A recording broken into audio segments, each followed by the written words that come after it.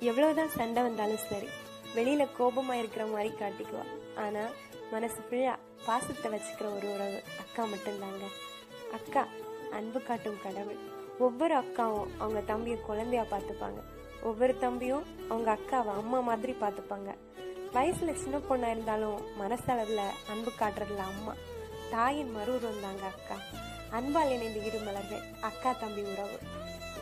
உலகமே இவளென இவன் வாழும் அழகை பாரடா, மகள் என வளர்க்கிறான் இவன் உயரம் குறைந்த தாயடா. இவனின் அன்பை அளந்திட எந்த மொழியும் போதாது.